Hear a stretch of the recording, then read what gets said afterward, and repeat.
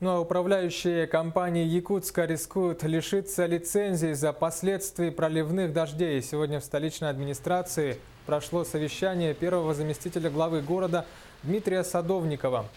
Речь шла о большом количестве заявок от жителей с жалобами о течах с кровель жилья и подтопленных дворовых территорий. Более того, как отметил замглавы, из около 100 заявок устранено всего лишь 14 нарушений. И это только по кровле домов. Садовников поручил управам округов и надзорным органам взять под жесткий контроль этот вопрос и в случае невыполнения предписаний лишать лицензии управляющие компании. В случае подтверждения неисполнения заявок управляющей компании, то есть у нас есть портал ЕДДС, Единая дежурная диспетчерская служба, это будет являться подтверждением факта подачи заявки.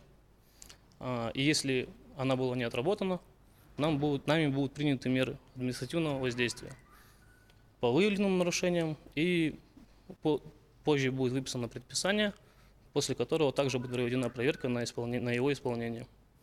В случае неисполнения законного предписания в количестве 2 раз по судебному решению есть возможность отозвать лицензию управляющей компании.